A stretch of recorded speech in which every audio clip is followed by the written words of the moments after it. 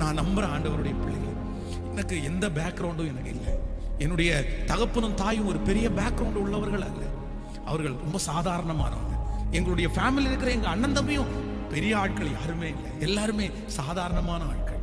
என் குடும்பத்தில் இருக்கிறவங்க எல்லாருமே ஒரு சாதாரணமான ஆட்கள். என்னுடைய வாழ்க்கையில படிக்க வச்சாங்க, ஆனா என்னால படிக்க முடியல. படிப்புலையும் இல்லை, அழகுலையும் இல்லை, பெரிய பவர் தைரியசாலியும் இல்லை.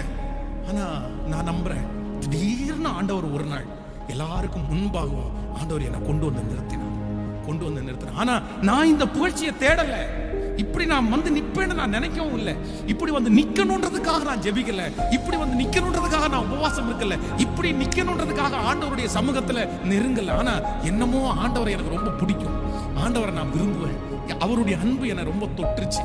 எல்லாருடைய அன்பை விட அவருடைய அன்பு எனக்கு ரொம்ப பழக்கமானதா இருந்துச்சு. ஐயோ, இப்படிப்பட்ட ஒரு அன்பா! அவர் என்னை ஆற்றினார், அவர் என்னை தேற்றினார், அவர் என்னை தட்டி கொடுத்தார், அவர் என்னை ரொம்ப அழகா நடத்தினார். உடனே அவர் எனக்கு ரொம்ப பிடிச்சிருச்சு. அதனால ஆழமா இறங்கிட்டேன்.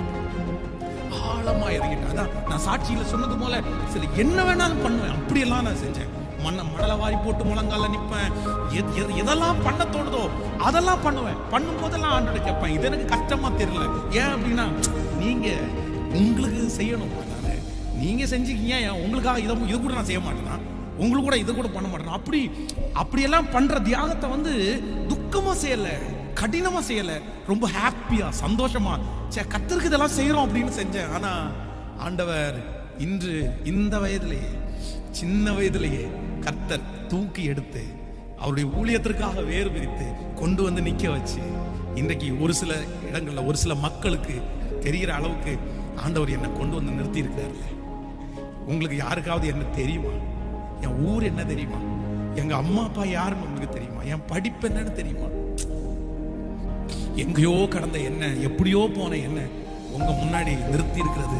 நான் சொல்றேன், கர்த்தரால் புகழப்படுகிறவனே உத்தமன். அவர்தானே, அவர்தானே, அவர்தானே, அவர்தானே. இன்னைக்கு எதனால சேர்ந்திருக்கிறீங்க? அவர்னால தானே சேர்ந்திருக்கிறீங்க.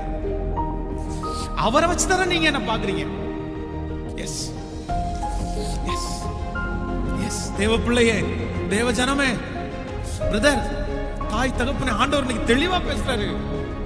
உன்னை புகழ பண்ணுவேன் நான். உனக்கு புகழ்ச்சியும் கீர்த்தியும் வரும். உனக்கு கீர்த்தியும் புகழ்ச்சியுமாய் உன்னை நான் வைப்பேன். எப்ப தெரியுமா? தேவ சமூகம், தேவ சமூகம், தேவ சமூகம்